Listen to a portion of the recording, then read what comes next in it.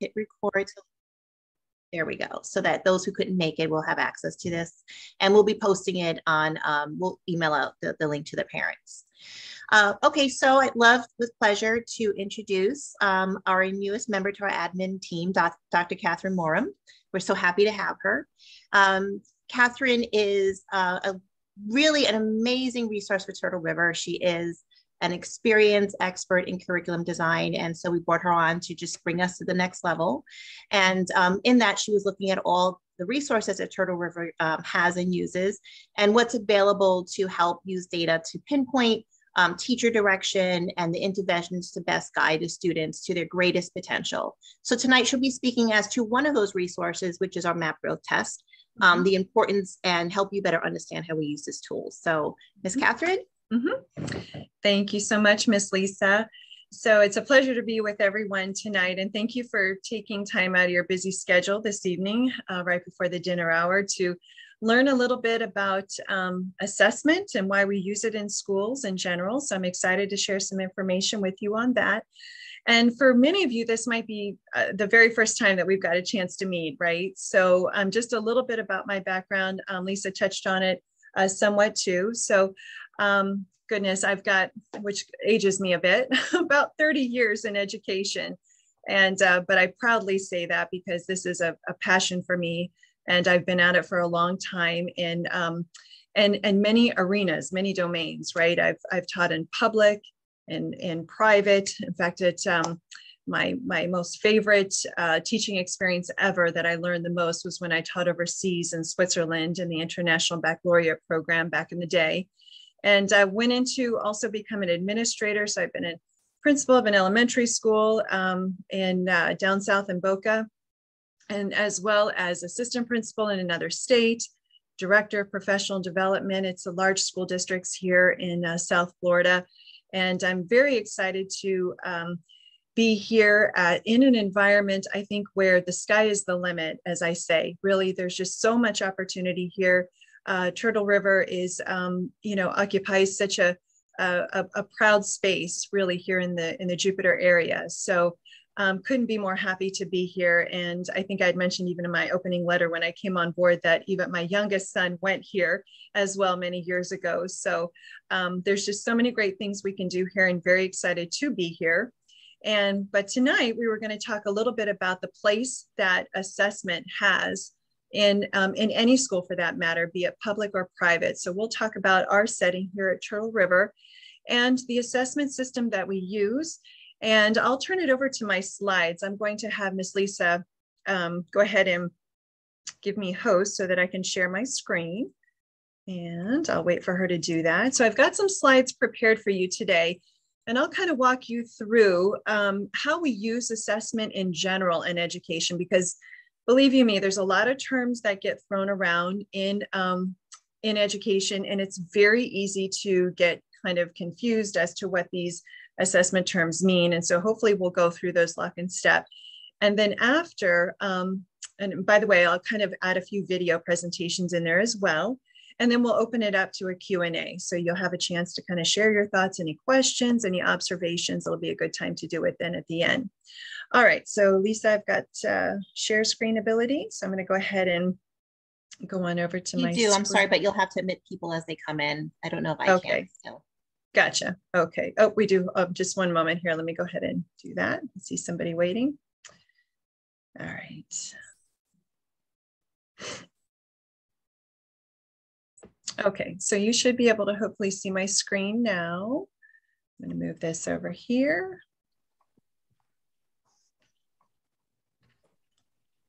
And let's go ahead and get that to larger view here. Okay, can everybody see that okay? Is that, let me move this over here. Okay. So today we'll talk about, I'll just start out with an overview of assessment. Like I said, what place does assessment have in the educational arena, in the school setting, in the classroom? Sometimes it gets a bad rap, right? When we think of assessment, we think of kind of that traditional summary of what you can do. Sometimes we think about a lot of anxiety associated with assessment. And so sometimes we think, well, what really is its purpose? And how often should we use assessment, and what different forms do assessment take. So we'll be able to go through that a little bit today. And let's see here, why am I not being able to advance? There we go. Okay. So let's go over just a little bit about the purpose of assessment. Why do we even take the time to stop and have a chance to kind of do what we call like a little litmus test, right? Kind of see where our kids are, how are we doing, how are we progressing in our learning? So really the purpose of assessment is ultimately to give us as teachers valuable information to be able to customize, personalize, whatever kind of term you want to use, to really tailor learning for our students, because it tells us a tremendous or gives us a tremendous amount of information in terms of what next steps to take with students. So really, the one traditional form of assessment that we think of is kind of like the ultimate one-stop shop. It all ends here. I've got to tell you everything I know. We get a grade and we move on. So that's just one piece of assessment. And it's not really the type that we often like per se, but I'll explain that particular type of assessment, but we really don't use it as frequently as other types of assessment. So just as the slide indicates here, an assessment really tells us what students know, what their knowledge level and proficiency level are on individual skills and concepts. Now I'm going to separate skills and concepts. So concepts are things, right, or that we want students to know, and skills are really what we want students to be proficient at in terms of actually being able to perform a particular task. So when we talk about skills, we're talking about what can they perform. When we talk about concepts, what do they actually know?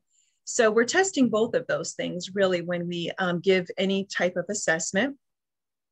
Another reason we give assessment is we just simply want to see how students are progressing in their learning during the year as well as from year to year. So really what we're looking for is growth. How much growth is a student making in their learning progression within the year as well as they matriculate from grade level to grade level. Another thing that assessment tells us, which often we don't think about, is really where students are in their ability within what we call a complexity range of being able to perform a particular skill or know a particular concept. So for example, you've heard of different types of assessments. We have you remember back in the day, right, when we all had to take that multiple choice assessment kind of thing. Well, oftentimes we say, well, that's a simple kind of test, but in actuality, even those multiple choice tests have a range of what we call complexity. So some questions are simply more difficult than others. And what we mean by that is some questions just require us to have a recall, right? Recall a simple fact. And other questions actually have us thinking much deeper at a much more critical, higher order thinking, we call it, level. And so oftentimes we see through particular assessments that students may be able to perform a skill or show their knowledge of a skill at a lower range of complexity, like a basic recall of a fact. But when we ask them to move up a higher or kind of ratchet it up to, can you now, for example, take two pieces of text and compare and contrast those and draw a conclusion, right? That's a much higher skill than just recall a simple fact. So that's that range of complexity we're talking about.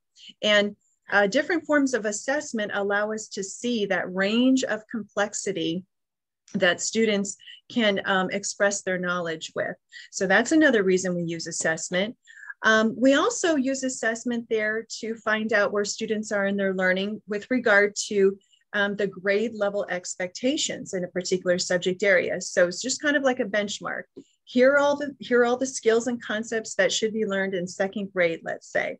And so we often will give an assessment to see, again, how are they progressing along in second grade with regard to the expectations in that grade level or subject area.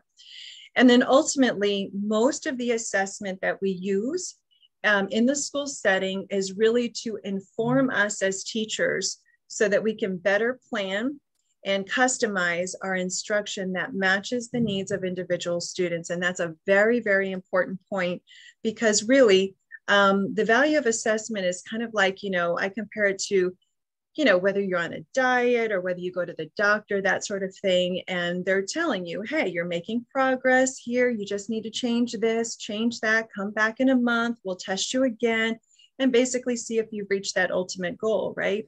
So you kind of monitor and adjust, as they say, and really assessment used well will give us that kind of information. So here's my little turtle display here. And if you can kind of see in the screen, there are all kinds of assessment terms that are used in education. You probably heard of, skills inventory tests. We're going to use it. We need to do a screener on your child. There's criterion reference tests. There's adaptive tests. There's formative tests, summative, progress monitoring. There's tests called, national tests and state tests, and there's the PISA, we can go on and on, right, with all of these terms. There's standardized, there's norm referenced, and even observational type of assessment. So hopefully after today's presentation, you'll have a better understanding of what some of these terms mean and which ones are kind of used synonymously in education. So one thing that's important to remember is that when assessment is done right in the school setting, it's definitely going to give us some very, very valuable information. The one thing you need to know too is that assessment in general should follow a pattern. So for example, we have basically 4 buckets, if you will, of assessment types in education. I don't want to bog you down too much with this, but it's good to have this background information. So the most important type of assessment that we can be using in the classroom is the first box that you see right here, and that's formative. And that type of assessment means that teachers, one, are using it to inform their instruction. So you wouldn't use, take it for a grade. It's not considered that final unit test. It's not a state test. It's not anything like that. It's just for what it indicates here on the screen. It's used to provide support to students on the spot. So when you think about it, a good teacher really is formatively assessing students in one way or another throughout the day, right? Sometimes they get more formalized with it and they may have a little check sheet like, can a student perform this or that or the other? And they take notations on that, right? But they use that not to say, oh, here's where you've ended up in your learning. No, they use that to, again, inform instruction. And they might even plan groups differently. And they might even adjust the types of assignments that are given to students, that sort of thing. So that's a formative assessment. Common formative still falls in that same bucket of information that helps teachers better plan instruction. This one gets a little bit more formalized, I guess you could say. Still, it's used to make those instructional decisions, but it might be a spot check that we do with 3 to 5 questions per se. That again, we will use that information to provide maybe prescriptive type interventions or supports that are needed, or we might use it for extension of learning. So again, taking learning where it needs to go for the student is the idea. Now that third box is summative, and the fourth box is another one on quarterly progress. Here, and I'll have to move our little camera around here, but summative is that traditional kind of end of unit exam you think of that we're really assessing for mastery. Now, summative assessments sometimes get a bad rap, but here's the thing, they should not be given very frequently per se. They really are that ultimate opportunity for students after they've gone through a series of spot checks and formative assessments, remember, that are just used for the teacher to give information and also provide feedback for the kids. That summative assessment is, here we are at the end of this particular segment of learning, and it's your opportunity as a student to show and display what you've learned, right?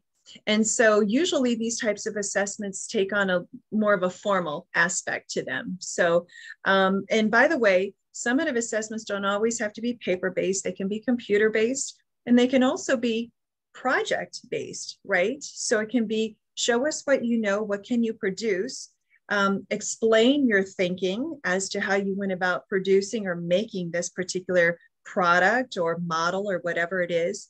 So we can get very creative with summative assessments because remember, not only do not all students learn in the same fashion, but many of our students, we have to give them multiple opportunities in different venues, right, for showing and what their final display of knowledge is on a particular subject, right, or subject matter. So again, summative assessments can take on different forms, and oftentimes we do best when we give students choice, right, and being able to demonstrate their knowledge. So which is a great thing. I will say this, there is a caveat to that too. We know ultimately that in order to prepare our students to, as they matriculate and as they pass through the grade levels and ultimately go on to high school or go on to college, this sort of thing, that oftentimes they will be required to have that traditional sit down, 30-minute, 50-minute, 60-minute, or whatever it may be, or an hour and a half block of time that they intensively have to perform in a summative assessment fashion that might be more traditional. So what we do want to do is expose students to that type of assessment as well at where appropriate, right? Because remember, there's another thing about assessment that is important. We want to be able to build what's called stamina in our students as well, and help them develop test-taking strategies, and to have that stamina to be able to take a test that might be longer than all those other formative ones we talked about. Now, the one we're going to really hone in on today is the MAP growth testing that we do here at Turtle River, and many schools throughout the country do this, and worldwide. I'm going to move this over here. And that is a quarterly, which is 4 times a year, or a trimester-based assessment, and that's 3 times a year that is given. And the one that we use here at Turtle River is called the MAP growth test, and it's given through a company or produced by a company called NWEA that's used across the country. So we give that test here 3 times a year, and that test is given usually right in the fall. In the winter, they have that around the December time period. I think it was December. And then of course, we'll give it here in May. So that's what we're about to have here in a week. So I'll explain how this all works.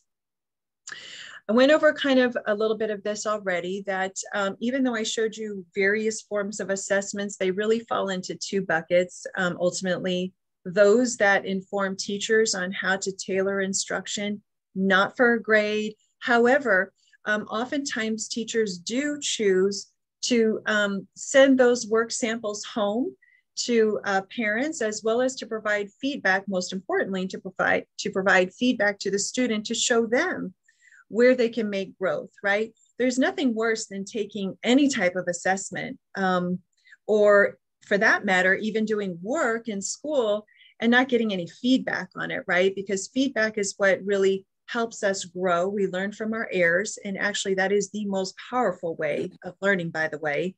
And we learn from our errors, and when those are strategically pointed out in a way that promotes learning and growth, it's very powerful, right? Data, information, knowledge is powerful. And it happens to be, like I said, highly motivating when we know where we stand in accordance with whatever benchmark there is and how we're progressing. It kind of tells us, oh, I'm here, I need to get here, and show me how to get there, kind of thing. And that's what we do as teachers. And then again, there's that summative opportunity to display your knowledge in that ultimate format, which represents the culmination of learning, okay? So one thing I want to point out here at the top is that with all of this knowledge you're gaining about assessment, really what it comes down to is, it might sound like, oh my goodness, I hope we're not teaching to the test. But really what we're doing is letting the test teach us, right? That's very important to remember. So we want to use it very strategically to give us valuable information.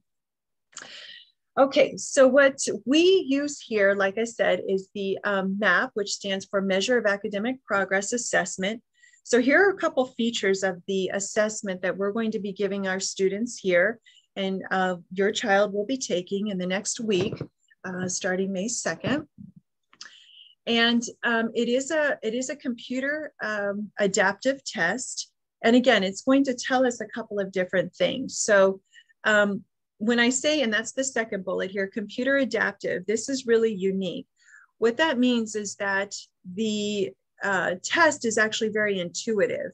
It changes the complexity of questions based on how your child answers each question, okay? So it's not just a straightaway a norm reference test where every question is the same no matter what. Instead, what it's going to do is it's going to start out with a bank of questions, and based on how your child answers, it's going to move up in that range of complexity, move up or down, okay? So it's not going to change the subject matter content, it's going to move up or down in the range of complexity that the questions are. And so what happens is the test is actually intuitively picking up on the patterning of how your child is answering, and it will ultimately yield what we call a RIT score, and I'll explain that in a moment. So the test actually gives us two types of information. It reports out on achievement and growth. So gains and growth, two different things. We might tend to use those synonymously, but those are two different concepts. So when we talk about achievement, it's that old A, B, C, D kind of, that's what that conjures up in your mind, right? What did you achieve? What grade did you achieve per se? Or it's that 90%, 80%, 70%, that's achievement. And that basically measures your performance in connection with what was tested, right? How many you got right, how many you got wrong, kind of thing. And then there's growth. So this test happens to measure both. Like, how are you doing in terms of the standards and the concepts and skills that need to be learned for, let's say, 5th grade, right? Where do you stand achievement-wise? Where do you fall in that range of all students? And we're talking like over 10 million students that take this same test for 5th grade, let's say reading. And it'll yield a score to tell you achievement-wise where you fall in that range in comparison to your like peers among that 10 million group of students, if that makes sense. But then growth tells us something different.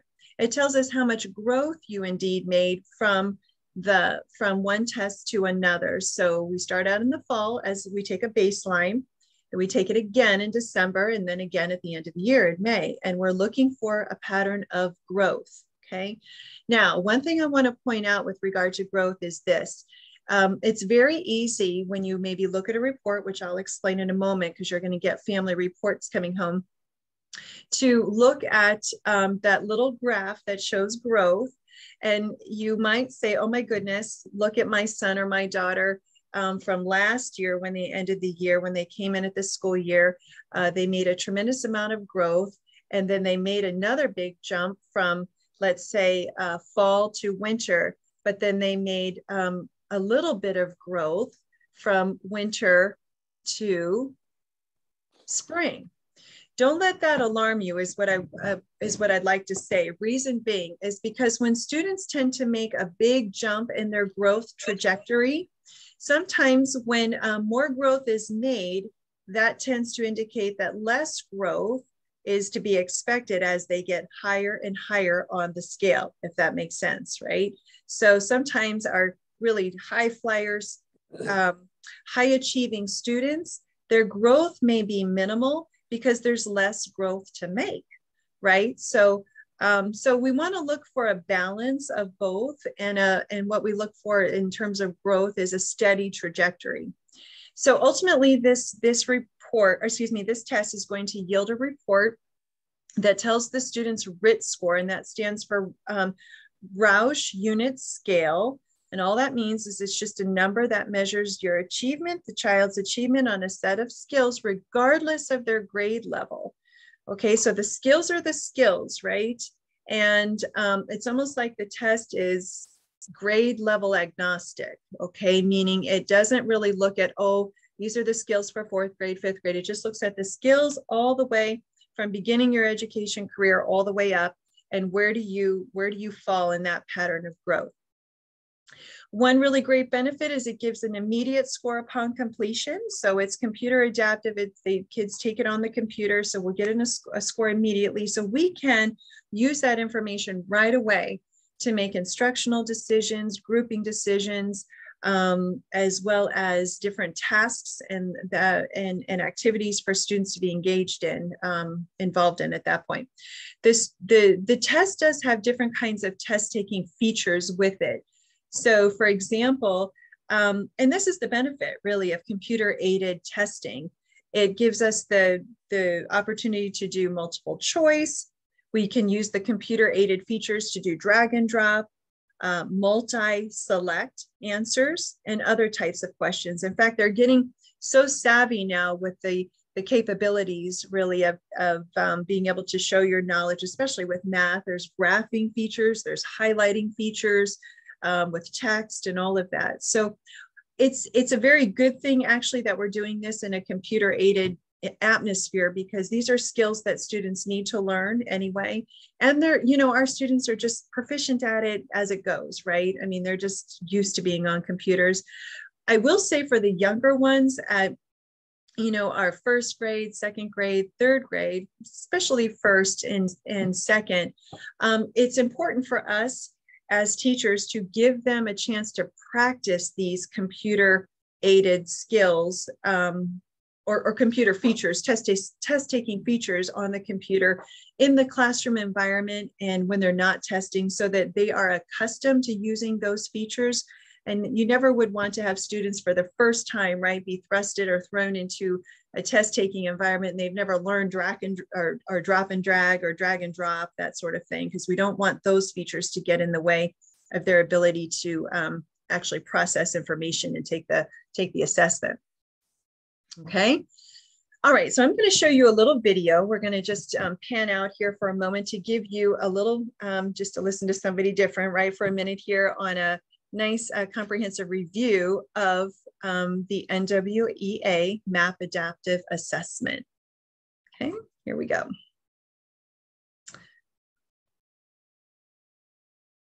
And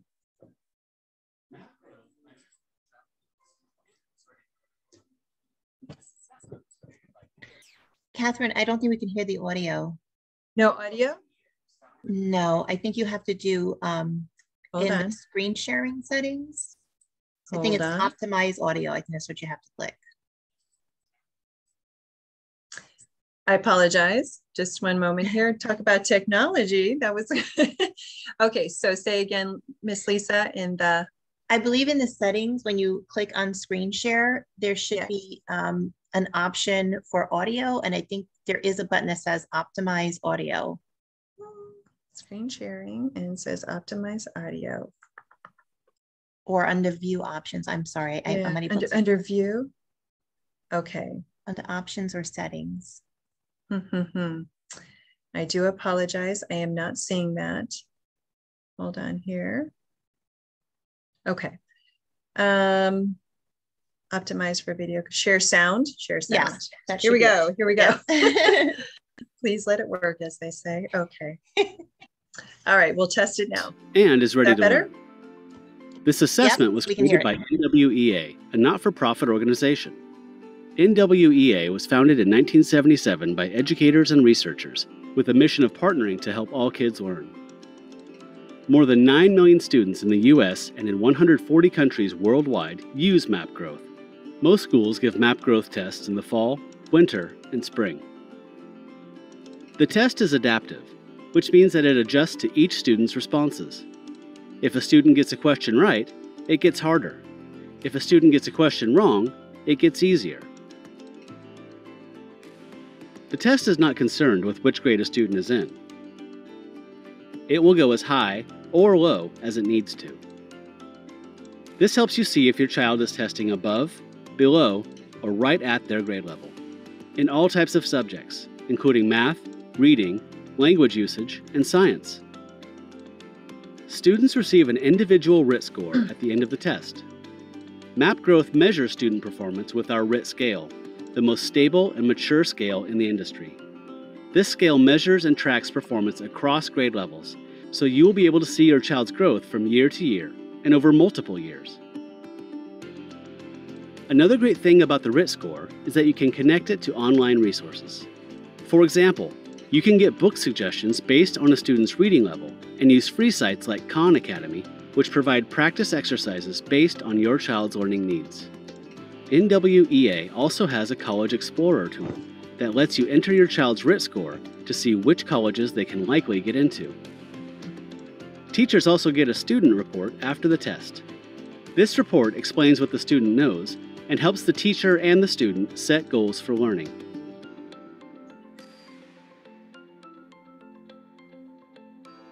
Every 3 years, NWEA provides schools with norms. This is anonymous data for more than 10 million students around the country.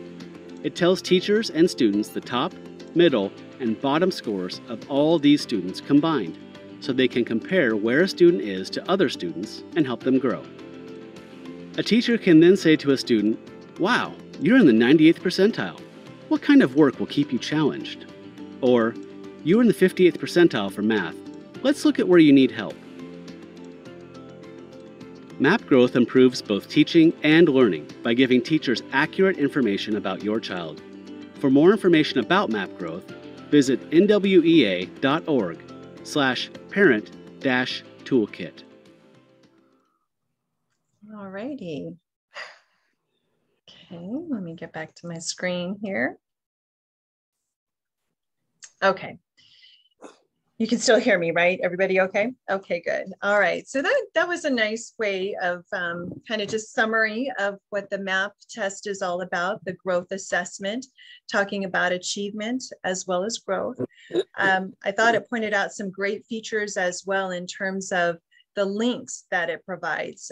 So I'll break down some of the reports for you because they give us a lot of information. They can link you up specifically to match the skill that your child may need extra support in, resources. Just like it said, it'll just link you right out to Khan Academy. And so it will take you to exactly the skill that they need help with, right? Or they need support with. So, you know, you often say, well, my goodness, I know my child needs help with math or with reading, but what about reading or what about math, you know? Or, well, even if you try to drill it down even further and say, well, they need help on fractions. Well, again, is it, you know, dividing fractions? Is it, you know, least common denominator or that sort of thing? Well, that's the level, the granular level that these reports take us down to. So like I said, gives us a lot of growth information for teachers as well as for students so that we know how to isolate and drill in to the skills that the students need. So this brings us to the family report. So after your child takes the test next week or takes that assessment, you will be getting a family report. And remember, these are generated right away. So we're going to get these to you in time for when you come to your parent-teacher conference. So this is going to give you some talking points, some information, kind of a springboard to be able to have a thoughtful conversation about how your child is doing in both reading and math and language as well as science. Okay, so here's what a report looks like, just an overview.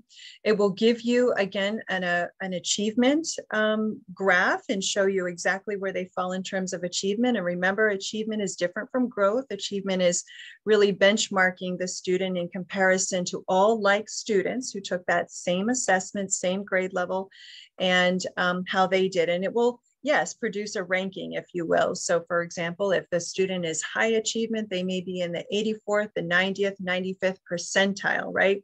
So that means that your child really performed at that, again, at that particular level, or you could look at it both ways. 5% of the students that took that assessment performed better if they were at the 95th percentile than your child. And of course, you can look at it in the converse of that, of course, the percentage that did not perform as well. So there's that type of information, and then there's growth, okay?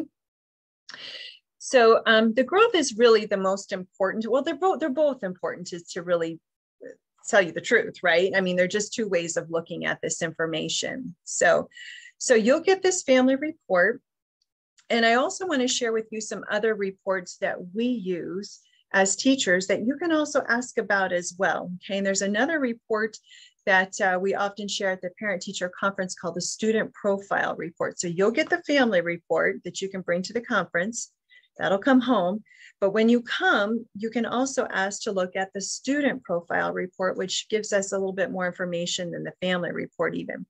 Here's a report. I just want to show you a couple screenshots of one that we use as teachers to really help us drill down specifically to the skills that the assessment tells us that we need to provide more support in with your child, or that they're ready to receive learning extension on, okay, that they've mastered these skills, they're now ready for these other skills. So just in math right here, you can see that there are many domains within math that this report will give us information on.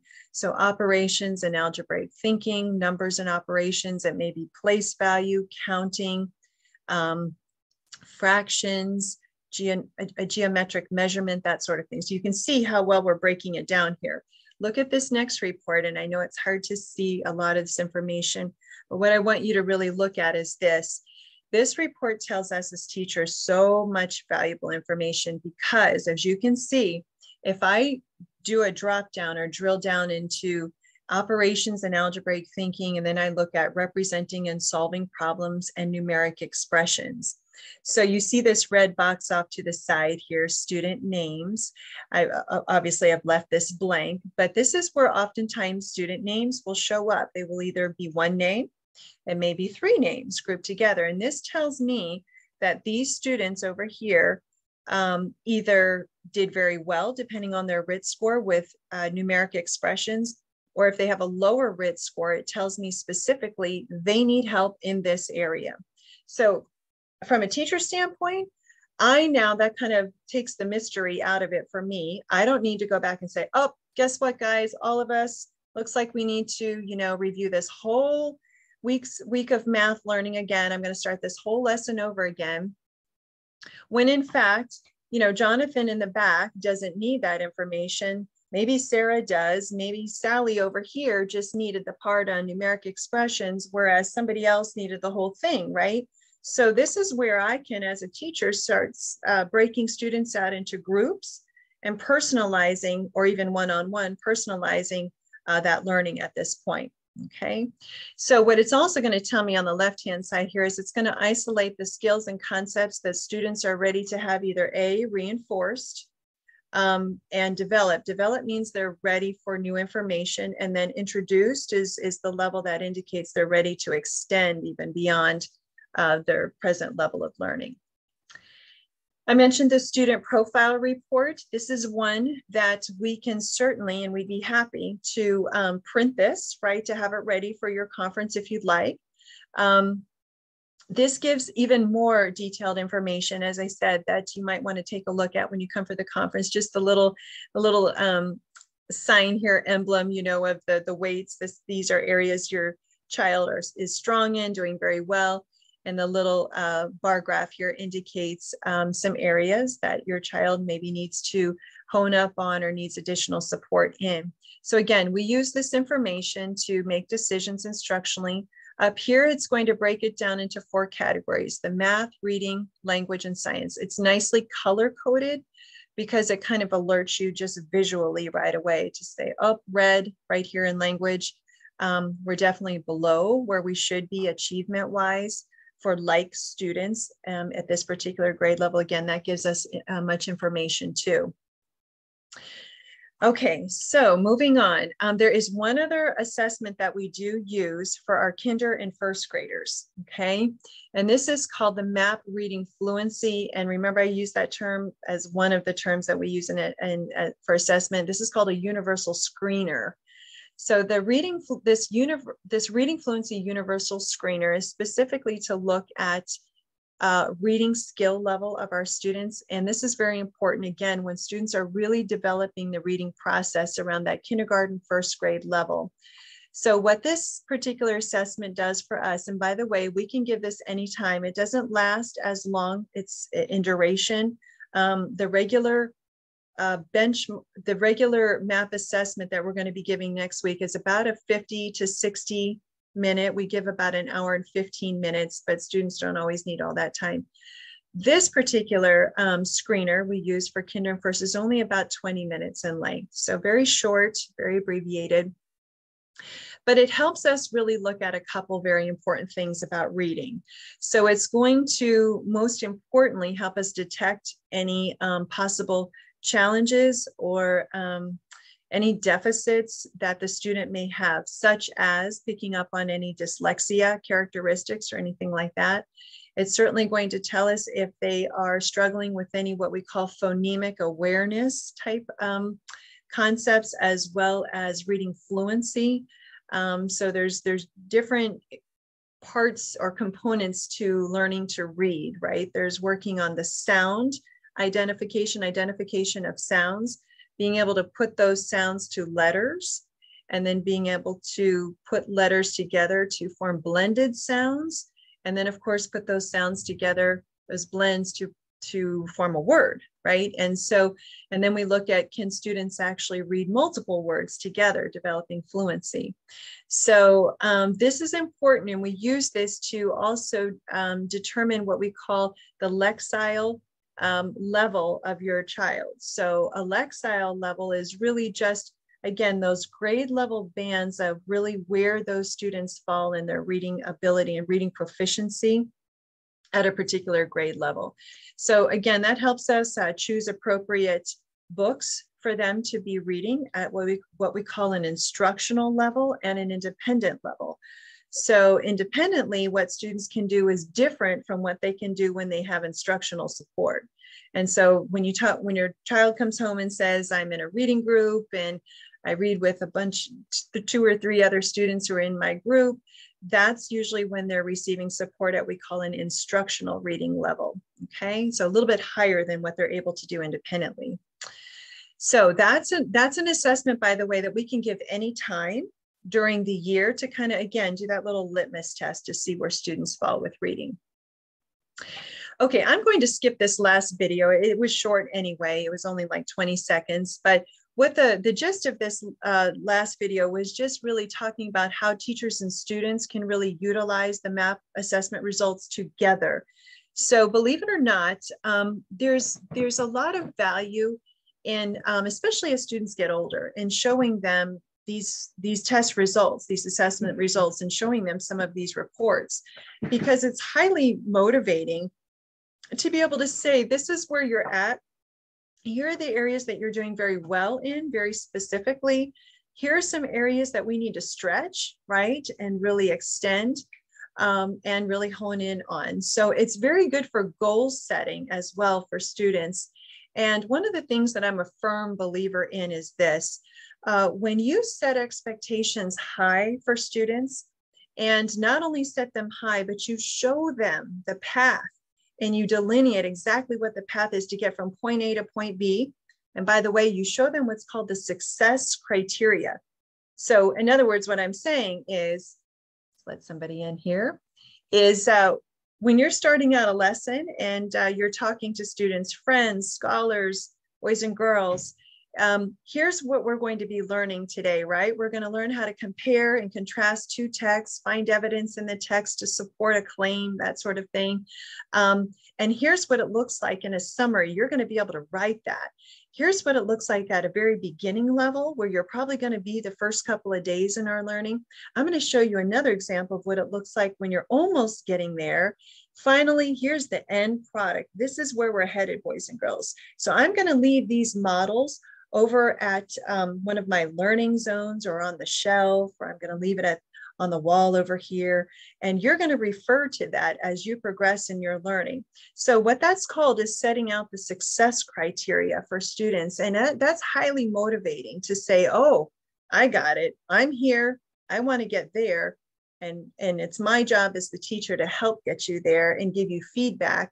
And again, that back and forth is very important. And these assessment reports can actually yield very specific data that even, and most importantly, our children need. So oftentimes our kids surprise us, right? They really tend to benefit from that. And they like to have that information. I mean, who doesn't want to know where they stand, right? And what it takes to continue to learn and improve. So I know this is a loaded slide here, but what I meant for this to be is kind of just a list of general questions. You might even want to take a little screenshot of it.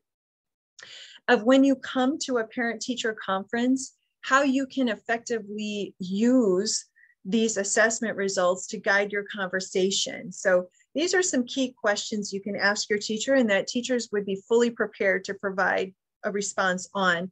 So, you know, what types of strategies are used in class that I can further reinforce at home?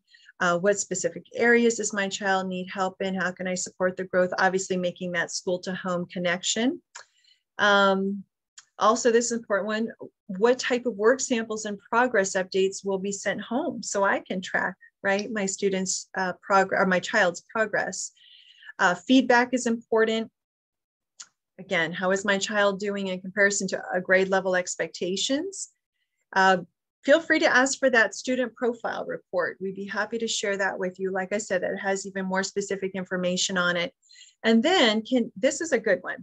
Can you share what skills and concepts will be taught ahead of time so I can prepare to support the learning at home?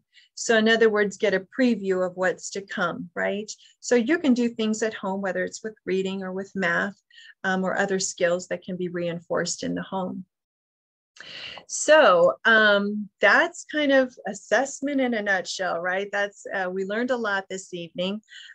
Here are the math growth testing dates that are coming up starting next week, May 2nd. So throughout the week, we'll be involved in taking this assessment depending on your child's classroom. You see that Banyan, Magnolia, and Mangrove will be May 2nd through the 3rd. It just depends on their classroom. Again, you might want to take a screenshot of this. However, I believe, Ms. Lisa, you've taken care of making sure we've seen multiple venues where this information has gone out on as well. So it's important, you know, before an assessment taking day, a test taking day, you know, obviously the basics, right? So make sure your child gets to bed early, has a good breakfast in the morning, gets up, is ready to go for the day, not rushing, have all your things out. And I'm kind of telling you what my routine is in the morning too, and things that can go awry even with my own kids. So make sure everything's just ready to go so you're not in a rush and feel panicked that morning or anything like that. We will be taking the assessments in the morning. Best time to do that, with the exception of a few in the upper elementary. So you can see it goes in the order of reading, math, language, then science. Okay, so again, you'll get these results right away. They will be sent home to you in a family report, and you'll have them in time for when you come to parent-teacher conferences. All right, so just like the screen says here, we are definitely here to ensure the learning success of your child, as well as the social, emotional part too, which is just as important. So with that, I would just love to be able to open it up to questions. You might have some at this point. So let me do this. Let me stop my share. Or actually, I apologize. No, I did not need to. I've been trying to answer some questions. Okay, let me just get out of the PowerPoint here just a moment. Yeah. So if anybody has a specific question that hasn't been answered yet, or you would like answered,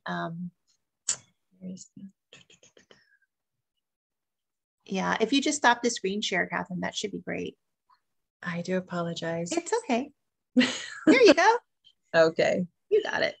All right. So yeah, you've been doing the chat as well, Ms. Lisa. Yeah, but anybody can just press the raise hand button. Yeah.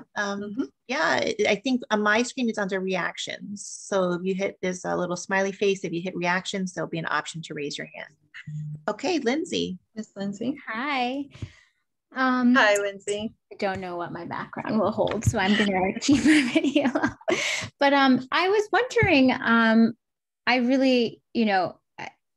was wondering, I guess the growth is I understand the growth, and then the achievement. I'm curious whether that equates, and I'm sorry, because it's hard to unlearn grades. But does the achievement sort of, and where they're averaging, if they're averaging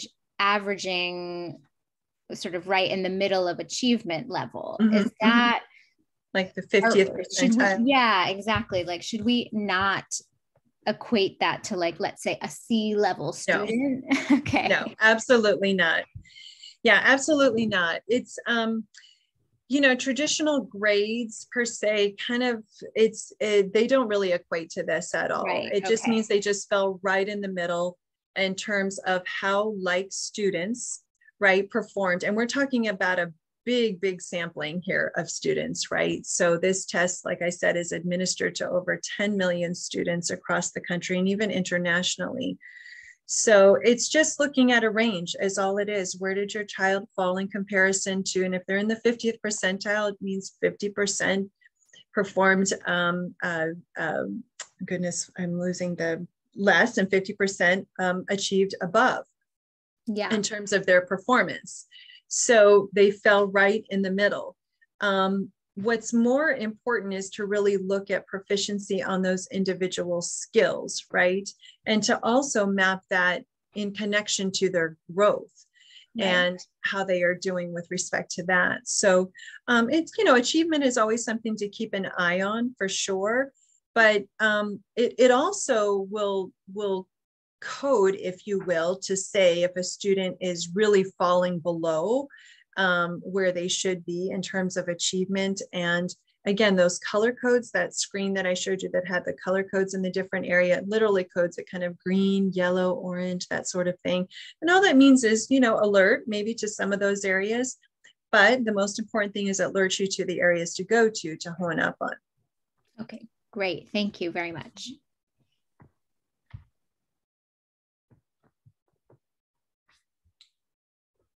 Oh, we lost, I can't hear you anymore. There we go. Yep. Oh, there we go. Okay. Thanks. And I just wanted to clarify for the kinder and the first grade parents, we just as a school felt it was not age appropriate for us to do assessments with a computer for those two grades. However, in first grade, as part of their specials, they do get technology once a week. And it's been our track this year to help them get familiar with keyboard and the mouse and all that. And especially because they do take that initial reading assessment. They do have practice with it, but that's why we decided to continue with the Terra Nova for those two younger ages. And as such, unfortunately, as I put in our chat, we won't get them mailed out, scanned, and back in time for the parent-teacher conference. And usually, I mean, some summers has been later than others, but typically sometime around June, they mail it back to us and then we'll mail it out to you. Or they're also doing now a digital platform so we can email you the results. Thank you, Lisa. Thank you. Any other questions out there? We do. Taylor? Hi. The test that progresses, you know, it gets harder as the questions are answered correctly and then goes back. Taylor, it's hard to hear you if you want to speak close to your device. Hardly it's at all. Little, it's kind of faint, if you can. All right, hold on. Or if worse, you can just type it in the chat. I can kind of hear you. I just have to lean in. Yeah, much that's better. Okay. The test that, you know, progresses, it bumps them up. I guess it tests harder. You know that one. Sorry. The one that goes according to their ability, right? It gets harder. Adaptive. Yeah. It adapts. How does that work if they like accidentally get lucky and answer a question? Does it know whether they actually know it, or is it just going to keep bumping them up, bumping them up? Yeah, so as I said, the test is really intuitive in many ways. It was designed in such a way that it would detect an outlier, right? An answer that would be qualified as an outlier. So if it adapts once based on, they got one question that seemed, you know, they guessed, right? Let's say, and they got it right, and it was a difficult test. It's going to adapt and give more like questions that way, because it says, the test is saying, right, okay, if the child answered, let's see basically if they can really sustain that complexity level. So it will adapt, it will ratchet up in its complexity of the questions moving forward, but it will detect whether the child is able to do that consistently. Do they genuinely know, or was that a guess? Was that an outlier kind of thing? And that's really the beauty of the assessment. So it'll know within 2 or 3 questions after that. So it's looking for patterns.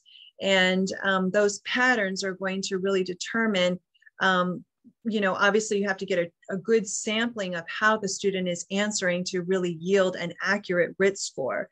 So it will throw out those outliers, and it does so by giving a couple more questions that are like it. And if they continue on in that track, it will adapt again, whether that's continuing to go up or continuing to go down. Now, what it's really looking for, and I don't want to give you too much of a technical term here, but what it's looking for is what it calls like a zone. It's looking for a zone of performance that the student is able to perform in. And it's literally called a zone of approximation, or zone of that they're able to work within.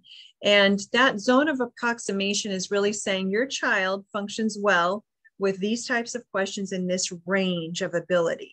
And so it does that by adjusting those questionings kind of up and down. But then finally, what's going to happen is it's going to get closer and closer and closer to the range that your student really can operate in. And then that's what yields a score. So does that answer your question? I think so, yeah. And it's used solely for testing, for assessing, right? It's not used for, I mean, in the past, my daughter has done other tests like that. And, okay. Or it's just work programs, and it figures out where you're at. And then it bumps, and then she can figure out, oh, if I answered that way on that one and got it right, I bet I have to answer this way on this one. And so I guess they use it as a teaching method, but also it's not really accurate. So I don't know if it's something like that, where can she be smarter than the... Not on this one. It's pretty amazing how the the whole thinking and design about on how they really, and that's a whole nother presentation, right? And I just happen to have here my testing buddy next to me, my colleague that has done a lot of this, but there is a whole science to test design. And I certainly wouldn't want to bore you with all of that, but suffice it to say that all of those things, right, have been thought of. And truly these adaptive tests are extremely savvy, and they're very intuitive. And so they know how students, they can detect a guessing pattern as well. And they will bring that student within range very quickly. I just wanted to add really also, quick, you're going to talk about the time thing? Well, yeah, if it picks up that a child is just guessing, it actually will stop the test. It'll have a big red hand, and that alerts the teacher to come over and have a conversation with the child. So if they're having just a bad morning, or they're just going to try to get it over with and just click, click, click, it'll stop the test. Very good point. And also it's going to red flag ultimately the results of that test. And it tells you how long that student took to answer individual questions, as well as how long they were on the entire assessment altogether. So if it was red flagged, then you also know they really seem to rush through this. So there's certain signs and indications that the assessment will produce to kind of let us know information like that. Good question. Very good question, Taylor. Any others? How are we doing out there? Probably more than you ever wanted to know about the world of assessment, right? But we got this, so to say, right? So it's a good thing. We definitely don't overuse assessment, and we use it for the right thing, though, to really give us some information that we use to better instruction and learning for your child. So we're excited to have them take it next week, and to be able to meet you at the parent-teacher conferences as well. And Taylor, did you have another question before we close out? Yeah, I was just wondering how the testing works. So if they're at the higher end of an age group and they don't test well, do they get moved into the next class going up? Or is it something where they would be, like, let's say that a sixth grader is testing 25%. Do they get moved into the seventh grade classroom, or do they have to do sixth grade, or how does that work? Yeah. So there's many reasons why we don't just use one assessment to make major decisions like that, right? Because ultimately this assessment, as we say, is just one snapshot, one moment in time, right? And to Miss Lisa's point, ultimately it could have been a bad test taking day or something like that. But again, the assessment would actually detect those things for us. So, but that being the case, I will say that there's test taking anxiety sometimes for students, right? So it could very much happen that we may look at results and say, this doesn't marry up with the performance that I'm seeing in class and all the other assessments or forms of assessment that are administered and implemented in the classroom. And remember, majority of those are formative assessments. And we went over that at the beginning. Formative are really not for a grade, not things like that. It's just really very subtle forms. It takes on very subtle forms. A lot of it is for information for the teacher to make decisions on. So if we see a test like the MAP test growth that just doesn't align with performance in all of these other areas, then that also tells us something. So one snapshot in time is not going to determine promotion or retention or anything like that. We take all this information together comprehensively to make important decisions like that. Does that help, Taylor, for that? Yeah, thank you. Okay. Okay. All right. Should we do a last call? Yeah, because, and just want to remind everyone, Catherine and I are available at any time. And, this meeting was not to create any test anxiety for our parents. This is just an exciting way to explain how this is a great resource just for us to see where your child is at, what they are ready for next. And certainly anything that you click off tonight that you just forgot to ask, just give us a call. We're happy to talk to you one-on-one and more personalized. Absolutely. Well, thank you everyone for taking the time to attend. And so, as I said, we'll look forward to seeing everyone next week, and we're available anytime to answer any more questions. So have a great evening. It was nice seeing you, meeting you, and thank you for your questions too tonight. Thank you. Bye-bye.